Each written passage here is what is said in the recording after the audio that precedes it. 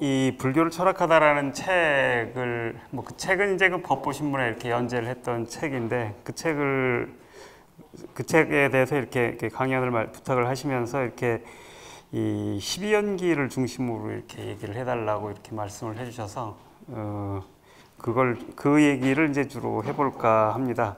사실 그 책에서는 뭐 이것저것 다 다루고 있어가지고서 강연을 하거나 할 땐 사실 조금 난감한 책이었습니다. 그래서 이렇게 몇 개만 이렇게 뭘 골라서 해야 되는데 오히려 이렇게 이걸 갖고 해달라라고 말씀을 해주시니까 저는 오히려 편했었는데 일단 뭐 이렇게 이 12연기인데 먼저 뭐 연기에 대한 얘기부터 시작을 하는 게 좋지 않을까 생각을 합니다. 뭐 여기 계신 분들은 다 이렇게 이 불교 더구나 이렇게 뭐 첫눈에 봐도 이렇게 굉장히 이렇게 뭐 이 불교 그 절에도 많이 다니시고 불교 생활을 이렇게 많이 하셨을 분들 같아서 뭐 제가 이렇게 불도저 앞에서 삽질하고 있는 건 아닌가라는 이런 생각도 이렇게 들긴 합니다만 뭐 그 불교의 가르침을 이제 연기라고 얘기를 하는데 이 연기법이 뭔지에 대해서 이렇게 물어보면 뭐라고 이렇게 답을 하시나요? 불교에 대해 관심 있는 분이 연기법이 뭡니까? 라고 이렇게 물어보시면 뭐라고 답을 하시나요? 뭐 이 암경에 나오는 뭐 이것이 있어서 저것이 있고 뭐 대강 이제 그런 얘기를 이렇게 보통 이렇게 하시는데 그 문장을 저도 봤는데 굉장히 이해하기가 힘들었습니다. 왜냐하면 이렇게 이것이 있고 저것이 있다라고 하는 그런 연관을 얘기를 하는 건지 뭐 서로 이렇게 상관적이라는 건지 여러 가지로 해석될 수 있는 것이었기 때문에 사실 그거 가지고서 뭐 부처님이 말씀하시려고 했던 게 이렇게 명확하게 드러나는 것 같지는 않았습니다. 오히려 이제 그 문장의 의미라고 하는 것은 그 이후에 뭐 불교 역사에서 이렇게 쭉 그 가르침이 펼쳐지면서 진행되어 온 걸 보면서 그 의미를 거꾸로 추론하는 게 맞았겠다라는 생각이 드는데 저는 이제 그렇게 이해를 합니다. 연기라고 하는 것은 그러니까 어떤 것들 연기적 조건이라고 하는 말과 결부가 돼 있을 텐데 어떤 것들이 기대어 있는 조건 이런 뜻이죠. 연기적 조건이라는 건. 그래서 영어로 번역할 땐 보통 이렇게 dependent condition이라고 이렇게 번역을 하기도 합니다. 그러니까 이 어떤 것이 그것이기 위해서 기대어 있는 조건 이런 거지요. 뭐 그리고 이제 그 연기법이라고 하는 것들은 어떤 것도 그것이 기대어 있는 연기적 조건에 따라서 그 본성을 달리한다라고 하는 이런 것이라고 저는 이해를 합니다. 그래서 예를 들면 저는 지금 이 자리에서는 청중이 되어주신 여러분들을 조건으로 해서 여기서 이제 강사로서 이렇게 강연자로서 이렇게 존재하지만 사실 이제 여기 계신 분들이 다 흩어져 사라지고 아니면 제가 이제 집에 가서 저희 어머니 만났을 때는 이제 그냥 한 사람의 아들이 되는 거지요. 그래서 이렇게 어머니 만나서 저희 어머니도 물론 이렇게 절에 열심히 다니십니다만 거기서 이렇게 제가 이런 얘기 하려고 그러면 너 왜 그러니? 이렇게 됩니다. 거기서는 안 먹어주시는 거죠. 거기서는 한 사람의 아들일 뿐인 겁니다. 아들은 영원히 아들 아니겠습니까? 그러니까 조건이 달라지면 이런 게 안 되는 겁니다. 똑같은 이렇게 불교에 대한 얘기를 하려고 해도 이런 방식으로 절대 얘기를 할 수가 없는 거죠. 사실 이걸 조금 더 이렇게 밀고 나가서 생각을 해보면은 이거는 사물을 보는 아주 다른 종류의 사고방식, 아주 흔하지 않은 굉장히 중요한 사고방식을 이렇게 포함하고 뜻하는 것입니다. 예를 들면 이렇게 제 옆에 이렇게 지금 어깨에 뭐 하나 얹어놨습니다. 뭔지 보이시나요? 이 마음법에 밝으신 분들이니까 이 마음을 정의하셔서 보시면 이거 보일 텐데 뭡니까 이거? 바이올린입니다. 바이올린. 예. 이제 보이시죠? 예. 이제 아는 만큼 보인다고 딱 이렇게 보입니다. 이거 얹어놓고서 제가 이렇게 이 마이크 대신에 활을 잡고서 이 연주를 하면은 뭐 어떤 소리가 날까요? 뭐 대강 짐작이 되실 겁니다. 바이올린은 또 뭐죠? 바이올린의 본질이라는 건 뭐죠? 악기죠, 악기. 여러분이 아시는 건 그렇죠? 그걸 바이올린이라고 하는 것은 음악 연주를 하기 위한 악기예요. 그런데 제 어깨 위에서 제가 이렇게 얹어놓고서 활을 이렇게 휘둘렀을 때 그게 악기가 될 수 있을까요? 그때도 그걸 악기라고 할 수 있을까요? 제가 불행히도 없어서 지금 이렇게 보여드리진 못하는데 제가 이렇게 휘젓기 시작하면 여러분은 2분도 안 돼 가지고서 그만 이럴 겁니다. 그렇게 말하기 민망하시면 그냥 일어서서 나가실 겁니다. 그 경우에는 제가 아무리 멋지게 연주하려고 애써봐야 이 제 어깨 위에 얹는 것은 악기가 아니고 고문기계가 되는 겁니다. 여러분들 못 나가게 붙잡아 놓고서 한 10분 연주하면 다 돌아버릴 겁니다. 그런데 그 바이올린이라고 하는 게 정경화나 이런 사람 사라장 어깨 위에 딱 올라가지고서 이렇게 올라가 있을 때는 아주 훌륭한 악기가 되겠지요. 그런데 그 바이올린을 그렇다 그러면 이 고문기계하고 악기하고 어떤 게 바이올린의 본성인가? 이렇게 물으시면은 악기라고 말씀을 하실 겁니다. 그럼 이 고문기계, 제 어깨 위에서 이렇게 소리 난 건 바이올린의 본성하고 이 물건의 본성하고는 아무 상관이 없는 건가? 그렇게 말하기는 어렵지 않겠습니까? 이게 본성이 상관이 없다 그러면 고문기계가 될 수 없어야 되는 거지 않습니까? 그 백남준 아시지요?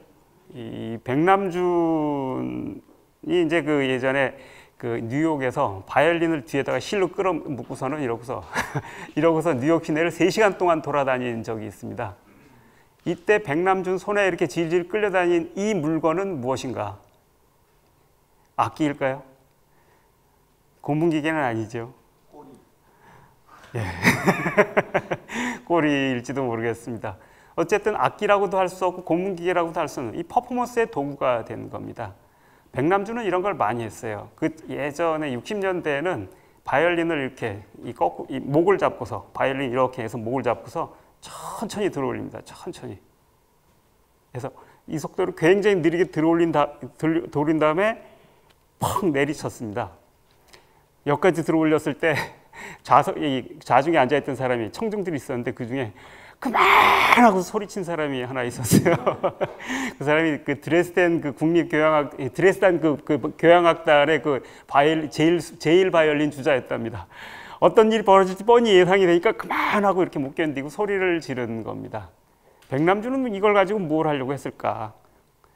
왜 그 사람은 그걸 보고서 못 견디고 소리를 질렀을까? 그 사람이 소리를 지르는 건 더 이상 바이올린이 바이올린일 수 없게 되어버린 이런 사태를 예견을 해서 이제 제발 그 바이올린으로 그냥 남겨둬 줘라고 이렇게 얘기를 하고 싶었던 걸 겁니다. 백남준은 이건 바이올린이야 라고 하는 그런 믿음들을 이 바이올린과 함께 깨버리고 싶었던 것이었겠죠. 이건 악기야라고 하는 믿음을 깨버리고 싶었던 걸 겁니다. 이런 경우에 이 바이올린은 악기일까요? 아닐까요? 이런 것도 마찬가지죠. 그래서 이 바이올린 똑같이 생긴 이 물성이라고는 하나도 변하지 않는 그런 사물이 누구 어깨에 올라가는지, 누구 손에 들어가는지, 누구와 어떻게 만나는지에 따라서 아주 다른 것들이 되어버리는 거죠. 우리는 그걸 찾고 바이올린의 본성은 이거야라고 생각하기 때문에 이 악기인 바이올린을 이렇게 쓰는 거야, 저렇게 쓰는 거야 라고 생각하는데 그게 아닙니다. 이렇게 쓸 때 고문기계가 되고, 이렇게 쓸 땐 악기가 되고, 이렇게 쓸 땐 장식품이 되고, 이렇게 쓸 땐 퍼포먼스 도구가 되고, 그게 바로 그것들의 본성인 겁니다. 그런 점에서 이 똑같이 물리적 성질이 하나 안 달라져도 이 바이올린이 만나는 이유, 이 바이올린이 기대어 있는 조건에 따라서 이것들의 본성이 아주 달라진다는 겁니다. 바이올린뿐만이겠습니까? 이번엔 보이시나요? 제가 뭐 하나 집어들고 있는데 시간이 없으니까 빨리빨리 말씀드리자면 이 망치입니다. 망치. 이 망치. 이건 도구라고 보통 이제 생각을 하시죠. 그죠? 근데 이걸로 못대가리를 치면 틀림없이 도구지만 사람의 대가리를 치면 어떻게 됩니까? 흉기가 됩니다. 어떤 게 본성이겠습니까? 이 도구인 망치를 흉기로 쓴 겁니까? 그건 아닌 거죠. 어떤 이유가 만나는가에 따라 도구도 됐다가 흉기도 됐다가 장식품도 됐다가 역시 퍼포먼스도 됐다가 아무거나 다 될 수 있는 거, 여러 가지가 될 수 있는 겁니다. 이런 거 사실은 그 서양에서는 더 오래됐지만 대부분은 다 어떤 것도 다 본성이 있다고 생각을 합니다. 인간도 본성이 있고 모두 다 이렇게 있다고 생각을 하고, 철학이라고 하는 것은 대부분 그 불변의 본성을 찾아다니는 겁니다. 그 불변의 본성이라는 게 있다라고 이렇게 생각을 하는 거고, 그걸 찾으려고 하는 게 형이상학이라고 하는데, 어떤 조건에도 달라지지 않는 그런 본성, 그런 걸 실체라고 보통 얘기를 합니다. 철학에서는. 근데 이 불교의 사고방식, 연기법의 사고방식은 뭐냐면은 조건에 따라 달라지지 않는 본성 같은 건 없다라는 겁니다. 조건에 따라 다 달라지는 거. 달라지는 거 본성이라고 한다면 그것도 다 본성이고 변하지 않는 본성이라는 건 아예 없다라고 하는 거지요. 제 본성도 마찬가지입니다. 제가 누구와 만나는가에 따라서 제 본성이 달라지는 겁니다. 제가 뭐 하는 사람인지. 그래서 이렇게 이 흑인들 아시지 않습니까? 어떤 이웃과 만나는가에 따라서 자유인으로 살 수도 있었지만 자유인으로 살다가 노예가 되어서 사는 삶을 살기도 했고 지금은 임노동자가 돼서 살기도 하고 이런 식으로 누구와 만나는가에 따라서 본성이 달라집니다. 그 점에서 보면은 연기법에서 말하는 본성이라는 거는 나의 본성은 내 안에 있는 게 아니라 나의 이웃에 달려있는 이웃에 있는 셈인 거지요. 바이올린의 이 물건의 본성도 이 안에 바이올린 통 안에 있는 게 아니고 이것이 만나는 바깥 외부에 있는 이웃들에게 있다라고 이제 말을 할 수가 있겠습니다. 그렇기 때문에 사실은 이런 조건을 떠난 상태의 어떤 정해진 본성은 없다라는 것이 이제 나중에 그 용수 스님이 말한 그 공이라고 하는 게 바로 그거겠죠. 뭐 그런 점에서 이렇게 이 공이라고 하는 것은 이런 연기적인 사고하고 딱 그대로 이어져 있는 것이라고 얘기를 할 수도 있겠습니다. 근데 이제 사실 이렇게 볼 때 이것은 통상적인 사고하고 정말로 많이 달라지는 겁니다. 그런 형이상학하고 달라질 뿐만 아니라 예를 들면은 지금 익숙한 서양의 과학 같은 경우에 서양의 과학은 X하고 Y 간의 이렇게 인과적 관계를 이렇게 찾으려고 합니다. 그래서 이렇게 함수 관계라고도 하죠. 분석적 인과성이라고 그럽니다. 그래서 뭐 예를 들면은 이렇게 제가 이거 들고 있던 이 마이크를 놓으면 이렇게 떨어지는 거, 떨어지는 거리 같은 거, 이 떨어지는 거리는 이 질량에 상관없고 떨어지는 시간의 제곱에 비례한다. 뭐 이게 갈릴레이 법칙인데 뭐 이런 거. 그래서 시간과 떨어지는 거리의 관계, 시간과 속도의 관계, 뭐 등등 이런 것들 그 두 개의 변수 간의 관계를 찾으려고 합니다. 그걸 법칙이라고 하는 것은 어떤 조건이 달라져도 그대로 관철되는 걸 법칙이라고 하기 때문에 법칙을 찾으려고 하는 것은 사실은 조건과 무관한 어떤 이 불변성을 찾으려고 하는 겁니다. 근데 사실 이렇게 하게 됐을 때 중요한 것들을 다 제거를 해버리게 됩니다. 이 갈릴레이 법칙은 뭐 조금 더 알기 쉽게 말씀드리면은 가벼운 거하고 무거운 거를 같이 떨어뜨리면 둘 다 무게랑 상관없이 똑같이 떨어진다는 겁니다. 이 무거운 것과 가벼운 것을 이렇게 같이 떨어뜨리면 무거운 것과 가벼운 것이 똑같이 떨어질까요? 다르게 떨어질까요? 이 매직이 먼저 떨어졌죠? 무게 차이가 이렇게 많이 나지 않는데도 불구하고 똑같은 속도로 안 떨어집니다. 그 점에서 보면 갈릴레이 얘기는 틀린 겁니다. 근데 왜 갈릴레이 얘기가 법칙이라고 하는가? 갈릴레이의 전제는 진공을 가정하고 있는 겁니다. 진공. 매질이 없다라고 가정을 한 겁니다. 매질이 지금 여기 공기거든요. 만약에 매질을 물로 바꾸면 어떻게 되겠습니까? 안 떨어집니다, 둘 다. 쇠와 나무. 그러면 매질이 물일 때는 쇠는 떨어져도 이건 안 떨어져요. 매질이 공기일 땐 뭐 역시 쇠가 빨리 떨어지겠죠. 즉 이걸 초기 조건이라고 하는데 이런 조건, 연기적 조건들이 같다라고 가정을 할 때 이렇다라고 얘기를 해버린 겁니다. 근데 사실은 조건이 달라지면 같이 안 떨어지는 거죠. 그래서 지금 이렇게 현대과학에서 카오스 이론, 뭐 지금은 뭐 복잡계 이론이라고 이렇게 다시 불리기도 하는데 카오스 이론이라는 게 있는데 여러분 잘 아시는 나비 효과 있죠. 초기 조건의 민감성이라고 그러는데 북경에서의 나비 날갯짓이 저희 캘리포니아 해안에 폭풍을 만들어낸다 이런 거. 그게 이제 이 로렌츠라는 사람이 만들어낸 기상을 이렇게 예측하는 방정식이 있는데 이게 초기 조건이 좀만 달라져도 확 달라져 버리는 겁니다. 원래 방정식은 초기 조건과 상관없이 일정한 저기를 가져야 되는데 그게 안 되는 겁니다. 뭐 이런 일들, 그래서 지금은 이 초기 조건에 대한 민감성이 법칙 자체를 바꿔버릴 정도로 아예 크게 작용을 합니다. 이런 점에서 이거는 굉장히 연기적 조건이라고 하는 것이 어떻게 법칙을 바꿔버리는가를 보여주는 그런 이론이라고도 얘기할 수 있는데 사실 이제까지는 전부 그런 걸 지워버리면서 같다고 가정하고 이런 식으로 이제 법칙을 썼던 거지요. 그리고 그런 점에서 사실은 굉장히 이렇게 20세기 후반, 이 카오스 이론이라는 건 그 1960년대 조금씩 만들어지기 시작해서 2000년대 들어와서 이렇게 확 알려지게 된 이론이거든요. 그러니까 그 21세기적인 과학, 이런 것이 이제 오히려 연기적인 사유라고 하는 것들하고 굉장히 가까이 있다라고 말할 수 있습니다. 그리고 이제 이런 종류의 사유는 이제 20세기 후반에 이제 지금 이렇게 잘 이렇게 알려진 이렇게 현대 철학자들에 의해서도 굉장히 이렇게 중요하게 부각이 되어 있는데, 어쨌든 이런 식의 생각이 이제 연기적 사고이기 때문에 그냥 이 어디나 두루춘풍용으로 다 이렇게 싸우는 이런 종류의 생각, 이런 게 아닙니다. 아주 유니크한 사고 방식입니다. 불교적인 사고라고 하는 것은. 근데 이제 이런 연기법이라고 하는 것과 결부해서 이제 그 12연기라고 하는 것이 있는데, 잘 아시겠죠. 뭐 이렇게 무명, 행, 식, 명색을 해서 쭉 해서 유생, 노사로 이어지는 12개의 그 개념들의 쭉 연쇄들. 그래서 이 노사라고 하는 것은 생을 연기 조건으로 해서 이렇게 만들어지는 거고, 생이라고 하는 것은 유생, 노사, 유를 조건으로 해서 만들어지고 뭐 이런 식으로 해서 설명을 해가는 거 아니겠습니까? 이 연기법을 이렇게 이 생과 노사라고 하는 것을 이렇게 연기법으로 설명을 하는 그 인과의 계열 같은 거라고 말할 수 있습니다. 뭐 잘 아시다시피 이건 이제 그렇게 이 시다르타 이 석가모니께서 이렇게 이 출가를 할 때 이렇게 사람들의 삶이 이렇게 고통에 가득 찬 것을 보고서 이걸 어떻게 해결해 볼 수 없을까라고 하는 이런 문제의식으로 출가를 했으니까, 나름대로 이제 깨달음을 얻었을 때 애초에 당신께서 출가했을 때 이거 문제의식을 어떤 식으로든 해명하고 답을 제시를 하고 싶었던 것일 거고, 그러기 위해서 이제 냈던 답이 이제 그 12연기겠죠.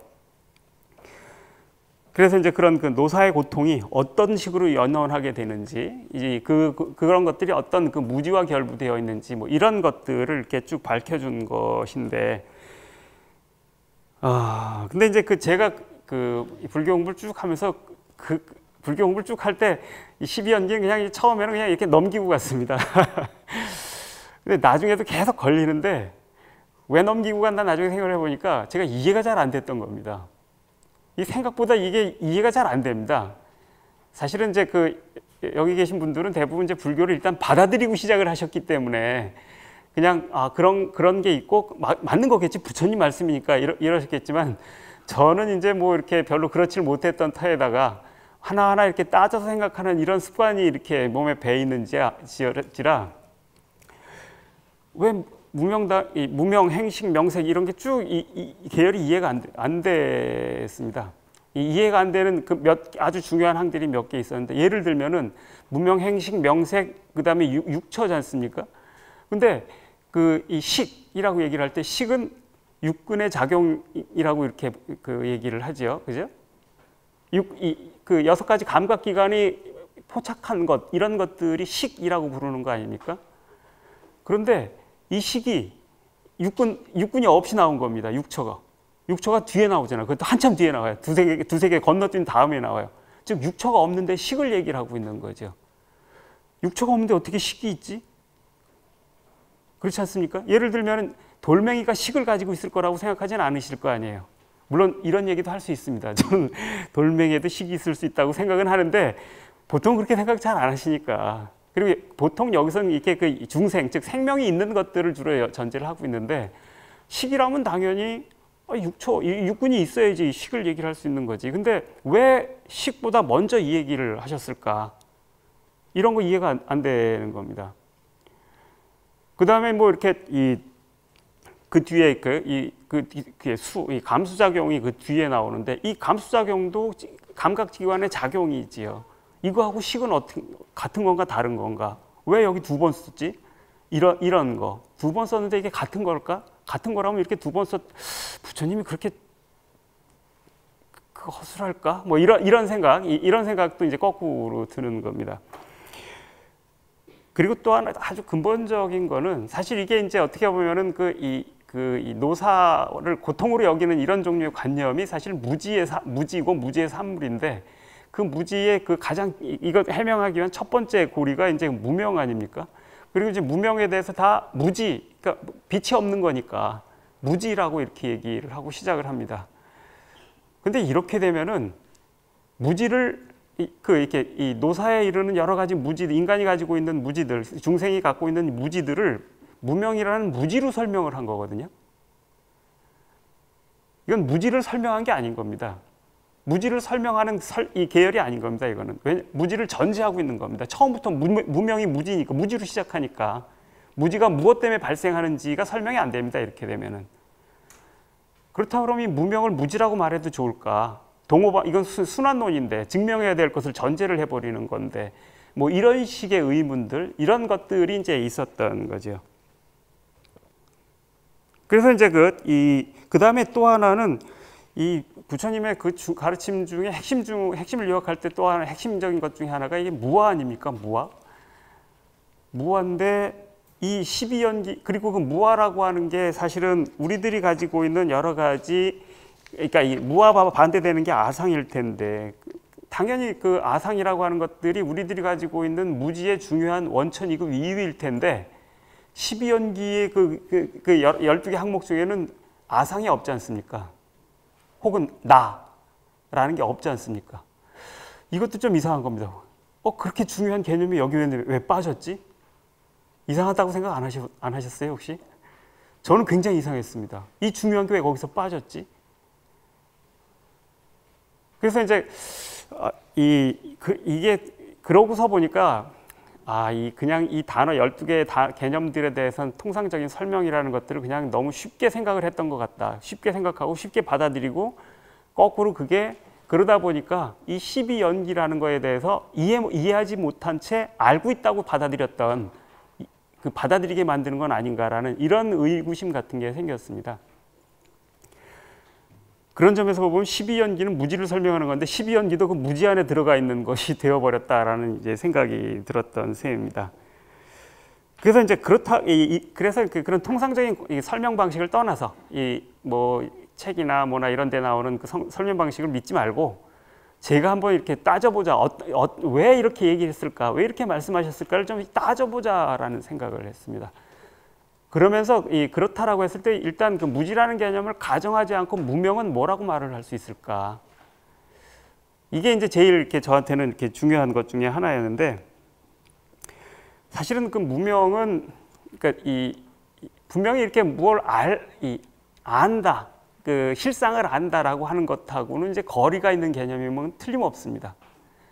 그런데 무명하고 무지는 다르다라고 하는 생각을 해야 된다라고 생각을 했습니다. 무지라는 건 도대체 무엇일까? 왜 무명은 무지가 아닌데 알지 못함을 뜻하는 말이 되었을까? 저는 그 무명이라고 하는 것은 사실은 그러니까 이 지식인이 뭐니 뭘 안다라는 개념 이전, 일단 그 안다라는 개념에 없던 안다니 뭐니 이런 개념이 없는 상태의 세계 를 뜻하는 것으로 이해를 해야 된다고 생각을 합니다. 즉 그거는 뭐 부처님 말씀하신 무상한 세계죠. 무상한 세계. 쟁무상. 이것도 이제 이렇게 불교의 가르침의 가장 핵심 중에 하나인데, 세상은 무상하게 변한다라는 거 아닙니까?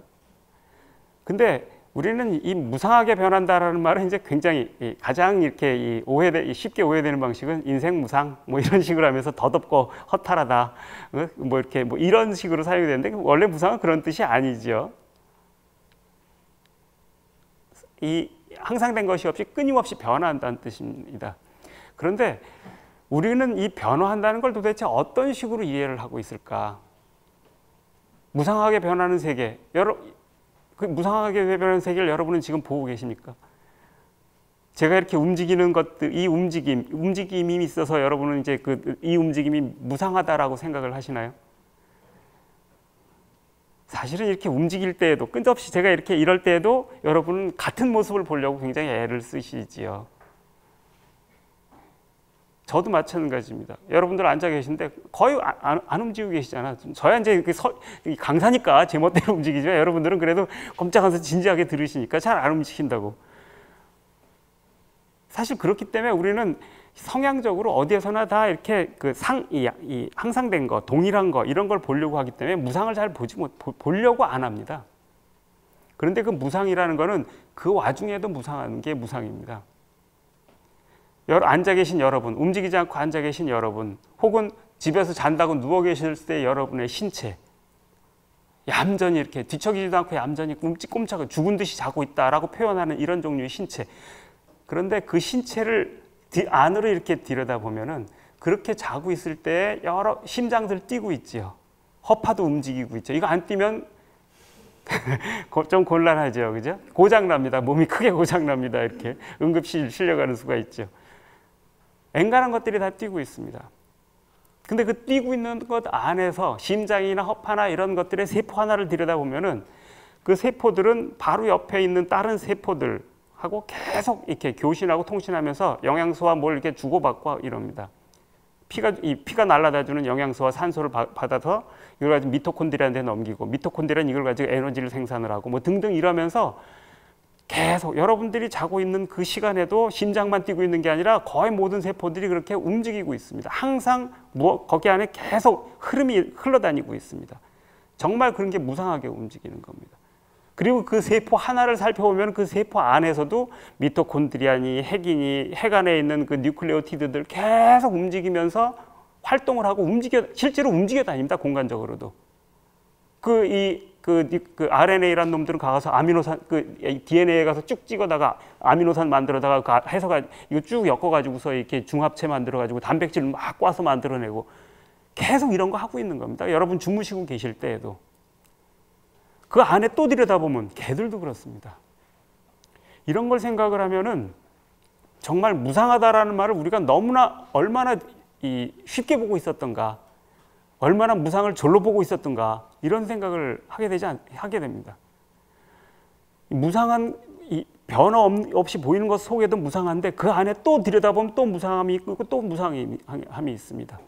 불교에서 잘 쓰는 중중무진이라는 말을 쓰는데 그 중중무진은 거대한 화엄적 세계에만 있는 게 아니고 무상도 중중무진인 겁니다. 중중무진에 무상함이 있는 겁니다.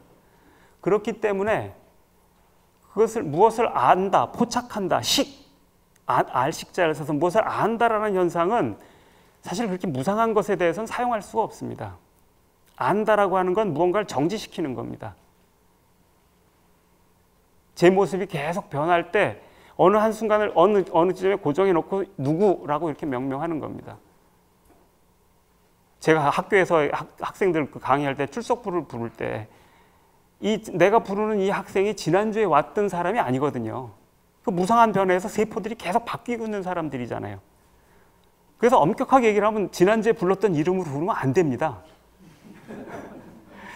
근데 그게 그래서 사실은 엄격하게 얘기하면 이름을 부를 수가 없습니다. 실상이라고 한다 그러면. 근데 그럼 출석을 부를 수가 없고 성적도 줄 수가 없고 강의도 할 수가 없으니까 그냥 부르는 거죠. 편의를 위해서. 이런 게 식입니다. 너 누구지? 라고 하는 인식, 응? 김머시기 군 이렇게 얘기를 할 때 이런 게 식이거든요. 그 식은 무언가 변화하는 것 속에 어느 한순간을 멈춰서 그 멈춘 상태에 대해서 명명하는 겁니다. 고정시켜서 포착하는 거예요. 그래서 식이라고 하는 것은 움직이는 무상한 것들을 멈춤으로써 발생하는 거예요. 그렇기 때문에 식은 언제나 실상이 아니고 실상으로부터 떨어진 게 되어버립니다. 마치 이렇게 배가 움직일 때 각주구검 얘기를 하지 않습니까? 칼 떨어뜨린 자리에 표시를 했지만 배가 움직여버리면 놓쳐버리는 이런 겁니다. 그런 점에서 보면 사실 무명이라고 하는 것은 이런 그 끝없이 중중무진의 무상함으로 변하는 세계 그 자체, 이게 바로 무명의 세계일 겁니다. 재행무상이라고 부처님께서 말씀하셨던 것이 딱 거기에 해당되는 거지요. 이게 모든 것의 출발점인 겁니다. 여기에서 여러분들도 살아야 되고 우리도 살아야 되고 박테리아도 그 위에서 살아야 되는 겁니다. 그리고 그걸 조건으로 해서 그 무상한 세계 속에서 살아야 되긴 사는데 그 다음에 이제 이 무명 다음에 행이라고 하는 게 출현을 하지 않습니까? 사실 식은 아직 출현도 하지 않았어요. 식이라고 하는 것은 미리 말씀을 드리자면은 아까 말씀드렸듯이 고정시키는 거거든요. 변하는 걸 고정시키는 거기 때문에 식을 포착했다, 지식을 얻었다, 지식이라고 하는 것은 사실은 처음부터 실상과 거리가 떨어져 버린 거라는 점에서 사실은 오히려 무지에 가깝습니다. 이거야말로 무지예요. 왜냐하면 움직이는 칼 여기 떨어뜨려 놓고서 배 위에다 땅 이거야 여기야 라고 써놓는 거랑 똑같은 거니까. 그런데 사실 이거는 없으면은 곤란한 그런 무지예요. 예를 들어서 우리가 갖고 있는 뇌는 이거 운동기관입니다. 생각하는 기관이라고 이렇게 생각하시지만 그렇지 않습니다.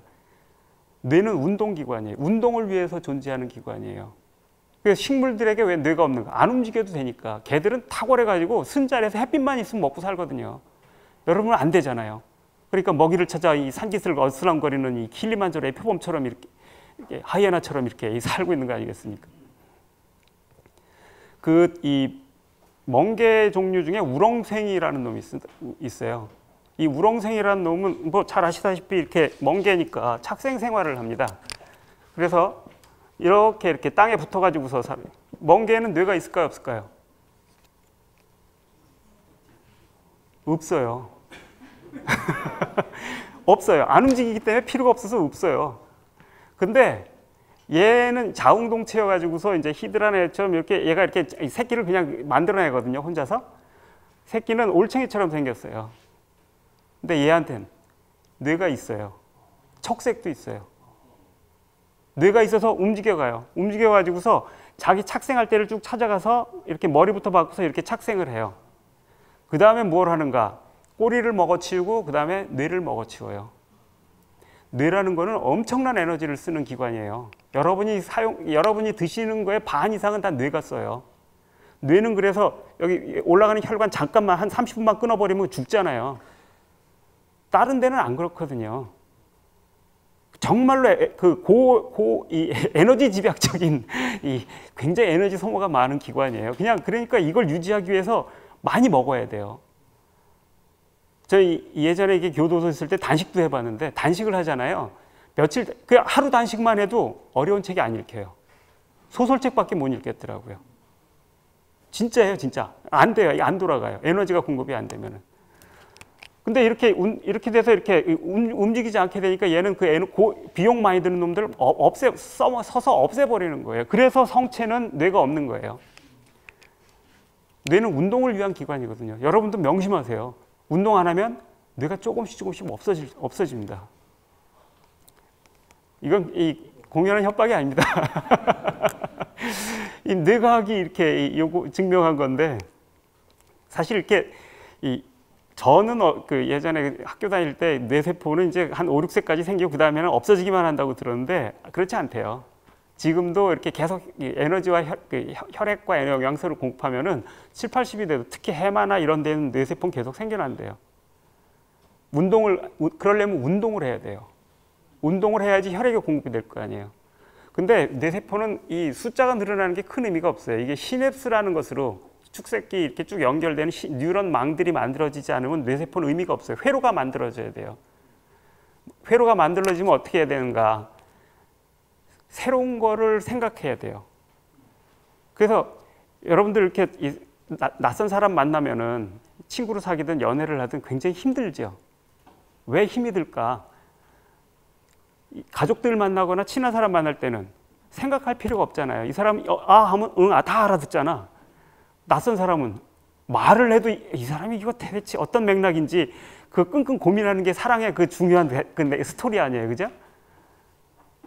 이러려면은 이걸 처리하기 위한 회로가 없기 때문에 처리를 해야 되기 때문에 새로 회로가 만들어져야 뉴런망이. 그래서 힘든 거예요.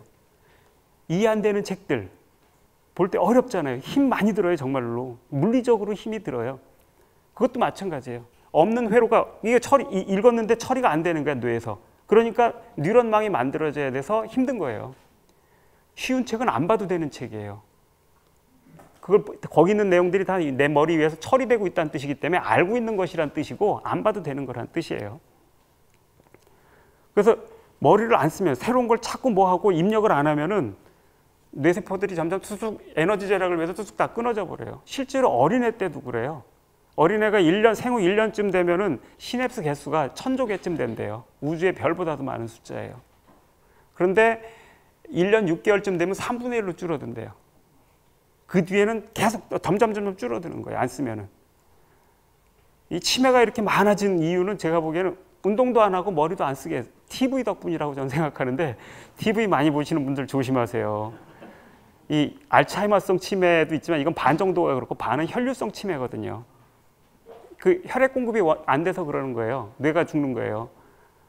그런 건데 이건 여러분 그냥 방 안에 앉아 계시면은 참선한 선방에 앉아 있는 분들이란 모르겠는데 그냥 방 안에 5시간 앉아 있어 보라 그러세요. 있을 수 있어요? 못 있어요. TV 켜놓으면 10시간도 앉아 계시잖아요. 이러고서. TV 켜고 사유하세요? 안 하잖아. 운동도 안 하고 생각도 안 하잖아. 그러고서 하루에 7, 8시간 그렇게 앉아서 계속 살아보세요. 뇌세포가 당연히 멍게가 되는 겁니다. 멍게가 되지 않으려면 운동하시고 산보라도 하세요. 그리고 어려운 책 읽으세요. 낯선 사람 만나고 낯선 얘기 듣고. 늙는다는 게 뭔지 아세요? 입력장치는 고장나고 출력장치만 작동하는 상태예요. 잘 옆에 보세요. 했던 얘기 또 하고 무슨 얘기를 해도 입력이 안 되잖아. 저희 죄송하지만 어머니랑 얘기하면 막 해서 설득을 했는데 다음에 가면 다 원상독기 돼 있어. 안 돼, 그게 늙는 거예요. 그래서 이건 나이랑 상관없어요. 이게 열려있는 사람은 70, 80이 돼도 노인이 아닌 거예요. 이게 다친 사람은 40만 돼도 노인이 되는 사람들이 있어요. 그렇게 일찍 노인이 되면은 금방 이렇게 돼요. 멍게가 돼요. 근데 어쨌든 이제 여기서 이 뇌라고 하는 건 이제 그 운동기관인데 이 식이라고 하는 게 그런 겁니다. 식. 예? 대상을 이렇게 포착한다라는 게 멈추는 거라서 사실은 이렇게 이게 동물들에게 꼭 필요한 기능이에요. 예를 들어서 토끼 5마리가 쭉 가다가 저쪽에서 이렇게 그 표범을 만났어. 그래갖고 호랑이를 만납시다. 호랑이를 만났어. 그러다가 잽싸게 튀었지만 동물들 뇌가 중요한 게 이거 뇌 사고 기능은 이때 시작하는 거거든요. 원래 내가 만난 놈들 앞에서 내가 도망가야 될지 덤벼들어야 될지 그냥 가만히 있어도 될지 이게 사고라고 하는 것에 출발이 되는 판단. 뇌가 판단하기 시작한 건 이런 거에서 시작한 거예요. 근데 이제 이런 상황인데 도망쳤는데 한 놈이 잡아먹혔어. 그럼 저놈 만나서 저놈 잘못하면 잡아먹히는구나, 죽는구나. 기억을 할 거 아니에요? 이게 기억이죠. 근데 다음에 만났는데 모양이 조금 다르게 생겼어. 무늬가 조금 다르게 생겼어. 저놈을 만나면 내가 모양이 조금 다른데 도망가야 될까 말까 이 생각하고 있으면 그냥 죽지요. 그냥 잡아먹히는 거예요. 그러니까 비슷해 보이면 같다라고 간주하고서 도망가야 돼요. 이런 놈들이 살아남는 거예요. 이런 놈들이 살아남아서 동물의 뇌가 그런 식으로 진화한 거예요. 비슷한 걸 보면 같다라고 간주하는 거. 사실 안 그러면 실제로 이건 유용하고 필요한 거잖아요. 그래서 정확한 판단은 아니죠. 다른 거를 같은 놈이라고 간주한 거니까. 비슷하다고 해서 같다고 할 수는 없는 건데 같다고 하는 거니까 이건 무지거든. 그렇지만 유용한 무지고 필연적인 무지죠. 안 하면 죽는 무지. 이런 게 우리가 갖고 있는 지식이에요. 지식. 식이고 지식이 이런 거예요. 그렇기 때문에 식이나 지식은 본질적으로 무지인데 유용하고 필요하기 때문에 필연적이기 때문에 쓸 수밖에 없는 것인 거죠. 이거의 반대편에 있는 게 무명이에요. 무명. 카오스. 무상하게 변하는 카오스의 세계. 이게 실상이야. 세상은 카오스인데 그 카오스를 견디며 우리는 살 수가 없으니까 자꾸 이제 그것을 딱딱 식을 포착을 해가지고서 우리가 다룰 수 있는 것으로 바꾸는 거지요. 그래서 그 다룰 수 있는 것을 바뀐 거는 그게 식인데 이것은 사실은 무지지만 유용한 무지라는 겁니다. 이걸 바꾸는 게 무언가? 행이에요, 행. 행이라는 말은 행동을 뜻하기도 하지만 행동하려고 할 때 발생하는 의지를 뜻하는 거죠. 생명체들은 다 이걸로 인해서 움직이는 겁니다. 근데 생명체들이 산다는 건 무엇일까? 아까 말씀드렸던 그 무상의 카오스, 그 속에 던져진 채 태어나는 거지 않습니까? 그리고 그걸 견디면서 살아야 돼요. 그 속에서. 그 흐름을 따라가면서 살아야 돼요. 살려는 의지, 그게 바로 행입니다. 그래서 예전에 그 괴테라는 사람이 그 성경에 보면 태초에 말씀이 있었느니라 라고 하는 이 문장을 그 파우스트라는 책에서 파우스트가 계속 고칩니다. 그러면서 이 문장을 결국 어떻게 고치냐면 im Anfang war die Tat. 태초에 행동이 있었느니라 라고 이렇게 고칩니다. tat, 행동입니다. 행동. 그 행동이란 왜 태초에 행동이 있다고 했을까? 생각도 그 다음에 오는 겁니다.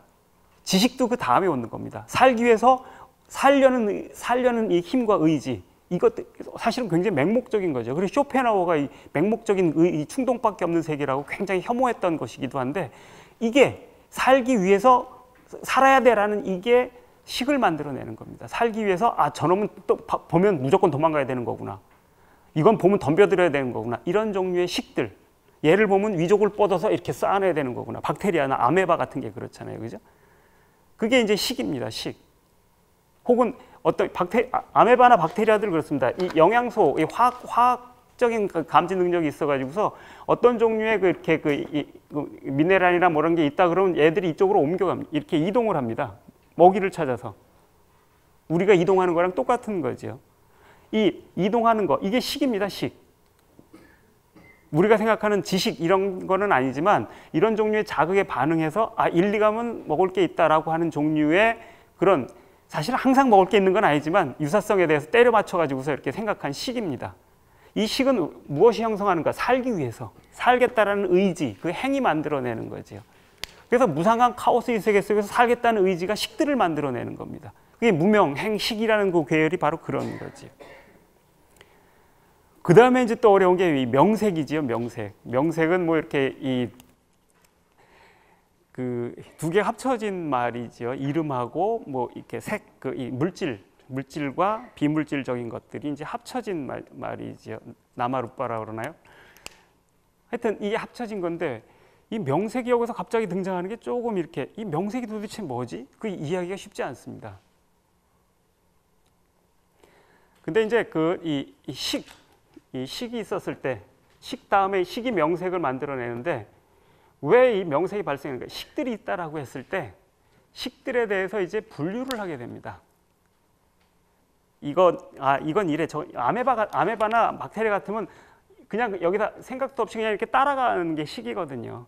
근데 이제 조금 더 진전되면은 이거는 먹을 거, 이거는 이렇게 독소, 이건 피해야 할 거, 이런 것들을 분류하게 되겠죠. 그죠? 먹을 것만 알면 곤란하잖아요. 얘는 먹이. 여러분들이 한 판단들도 그런 겁니다. 동물로서 한 최초의 판단. 이건 먹이야, 덤벼들어야 돼. 이건 적이야, 천적이야, 도망가야 돼. 이거는 그냥 있어도 돼. 둘 다 아니야. 이런 판단들. 이게 이제 여러 식들을 분류하는 범주들입니다. 이런 게 범주라고 그럽니다. 철학자들 얘기하는. 이런 분류를 하게 됩니다. 분류가 굉장히 중요해요. 그래서 이렇게 영화, 우디 앨런 영화 같은 데서 보면 나오지 않습니까? 이 세상에는 두 가지가 있어. 세상의 자동차에는 두 가지가 있어. 티코와 티코 아닌 게 있지. 이런 식으로 이렇게 분류하는 거, 이런 것도 다 식입니다. 근데 사실 이런 식은 굉장히 무식한 분류에 속하죠. 대부분의 분류는 하나의 틀로만 세상을 보는 거기 때문에 무지이지만 어쨌든 필요한 분류이기는 합니다.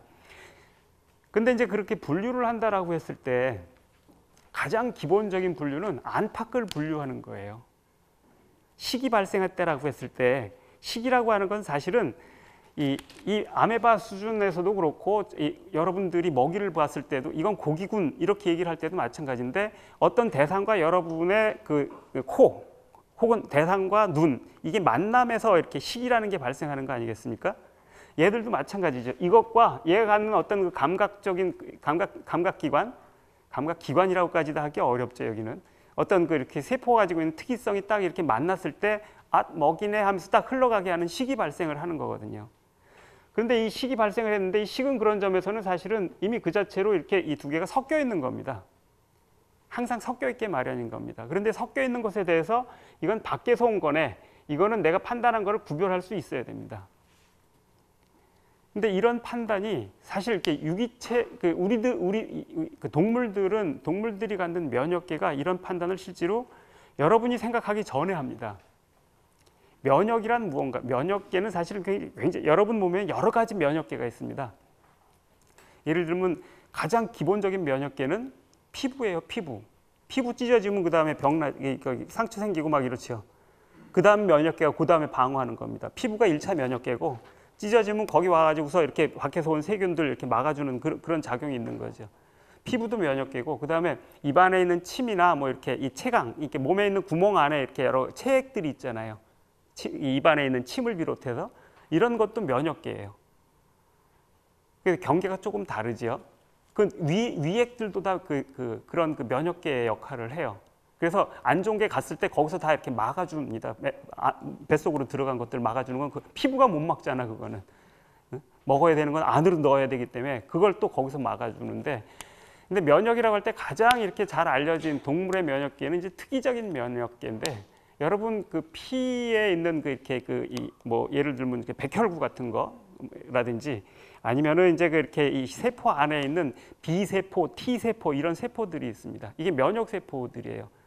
얘들이 어떻게 그 면역계는 어떤 식으로 반응하냐면은 내 몸에 있는 단백질들이나 얘들 그 효소들 이런 것들의 그 표지들을 기억을 합니다. 그리고 그것과 다른 놈이 딱 끼워봐 가지고서 다른 놈이 나타났으면 걔를 이렇게 가서 공격을 합니다. T세포들이 주로 그렇게 하는데, 이제 그렇게 해서 얘들을 이렇게 공격을 하는데, 예전에 이런 걸 굉장히 군사주의적인 방식으로 설명을 했어요. 밖에서 적군이 들어오고 여기 있는 그 면역 세포들이 이제 이 방위군이죠. 가가지고 놈들을 뻥뻥뻥 해서 진압해서 이 패퇴시키는 이런 거로 설명을 했는데, 이게 사실 이렇게 얘기를 하면은 장기 이식 때 발생하는 면역 반응들이 이해가 안 됩니다. 왜냐하면 장기 이식은 여러분이 필요해서 몸에 끼워 넣는 거잖아요. 신장도 넣고 뭣도 넣고 이렇게 하는데, 제일 어려운 게 면역 반응이거든요. 이거 신장 이식했을 때 제일 문제가 면역 반응이 생겨서 실패하는 거잖아. 면역 반응은 자기 몸에 필요해서 넣은 신장인데 면역 세포들이 가서 공격을 하는 거예요. 이거를 적이라고 공격을 하는 거라고 말을 하면 곤란하잖아요. 즉 밖에서 온 세균들이나 이것도 적이 아니라는 거예요. 그럼 얘들은 어떤 메커니즘으로 판단을 해서 공격을 하던가 안 하던가 하는가? 자기 몸에 없는 것들에 대해서 반응하면서 공격하는 것이어서 밖에서 들어온 것에 반응하는 거예요. 그런 점에서 면역 체계라고 하는 거는 내 몸의 안과 밖을 가르는 미시적인 시계 체계 같은 거예요. 얘들은 그래서 여러분들은 의식을 사용하지 않아 거기에, 그죠? 여러분들은 의식을 사용하지 않고 여러분은 판단하지 않지만 세포들이 판단을 해요. 세포들이 판단을 해가지고서 얘는 그 몸 안에 있는 거네, 얘는 아니네, 얘는 아니네 이러면 쳐내고, 이런 거를 세포 밑에 있는 면역 세포 수준에서 하는 겁니다. 이런 것도 식이지요. 근데 이 식이 발생을 하게 되면은 신체의 경계가 이렇게 그려지게 됩니다. 바깥과 안. 그리고 이제 바깥과 안이 이렇게 만들어지게 되면은 그 다음에 내 몸과 내 몸 아닌 것들, 나와 환경 이런 게 이제 구별되기 시작하지요. 그런데 내 몸 안에 있는 것도 마찬가지인데, 이렇게 했을 때 꼬집은 것과 꼬집힌 것들이 또 구별되게 되겠죠, 그죠? 마찬가지로 내 몸 안에 있는 것도 구별을 하게 됩니다. 어쨌든 그 경우에 이렇게 이런 것들의 자극의 재료가 되는 거, 이런 것들은 그러니까 물질적인 것에 가까이시라고 명명할 수 있고, 그것들을 지각하는 작용, 이런 것들은 정신적인 거, 따옴표 쳐야 되겠지만 능동적으로 식을 형성하는 작용을 하는 거, 이게 이제 두 개가 구별되는 거죠. 뭐 유식에서 같으면 견분, 상분으로 구별하는 게 우리 눈에서만, 육식에서만 작용하는 게 아니라 미시적인 요 세포적인 수준에서도 작용한다는 겁니다. 이러면서 이 나마와 루파를 이렇게 구별을 하는 거지요. 물질적인 것과 비물질적인 것을 구별을 하는 겁니다.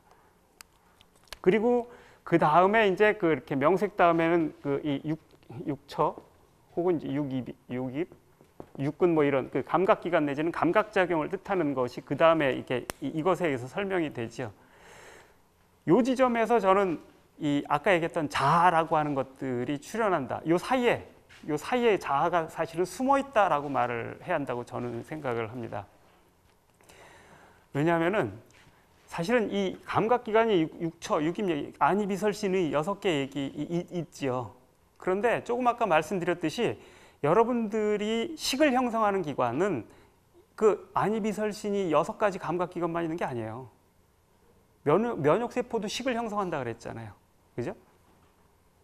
그 세포, 그 뉴클레오티드, 이 핵 안에 있는 DNA에 있는 것들도 식을 형성을 해요. 그래서 그 유전자는 그 아데닌, 티민, 구아닌, 시토신 이 4가지가 이렇게 DNA에 A, T, T, C, G 이런 식으로 쭉 배열되어 있는 거거든요. 이걸 갖다 RNA가 가서 이렇게 A는 T로, 그 T는 C로, 뭐 T는 A로, G는 C는 G로 이런 식으로 이렇게 복사를 해서 이걸 가지고 가가지고서 아미노산을 모아오는 거예요. 3개 단위로 끊어가지고. 다른 놈끼리 안 하고 이거 알아보는 거예요. 알아보는 거. 이것도 식 아니에요? 자기 짝을 알아보는 거잖아요. 이거는 세포가 아니고 핵산 수준에서도 알아보는 거예요. 그리고 여기서 이제 A, G, T 뭐 이렇다 그러면 이제 뭐 아데닌, 어떤 건 리신, 어떤 건 글루탐산 이런 아미노산 짝이 있어요. 이거 아미노산 알아보는 거예요, 얘들도. 이것도 식이지요, 식. 이 식은 6초나 6입 이전에 있는 식이지요. 그래서 무명행식 할 때 그 식은 그 감각기관 이전에 있는 식이에요. 뭐 부처님이 이런 것을 알았을지는 모르겠으나 놀랍게도 어쨌든 이 감각기관 이전에 존재하는 식에 대해서 말씀을 하신 거예요. 그리고 감각기관 이후에 있는 이 촉, 수, 이것도 감각이잖아요, 그죠? 수. 이건 육군의 감각작용을 하는 것들은 수라고 명명을 하신 거예요. 감각기관에 있기 이전에 있는 그 시계작용, 이런 것들은 따로 명명을 하신 거죠. 사실은 이게 현대과학에는 아주 잘 맞아요. 왜냐하면 감각기관 이전에 있는 식들이 많거든요. 그리고 이 감각기관, 이걸 가지고 이제 있는 식은 동물들에게만 해당이 되잖아요. 식물들은 안식이 있을까요? 소리를 들을까요? 냄새를 맡을까요?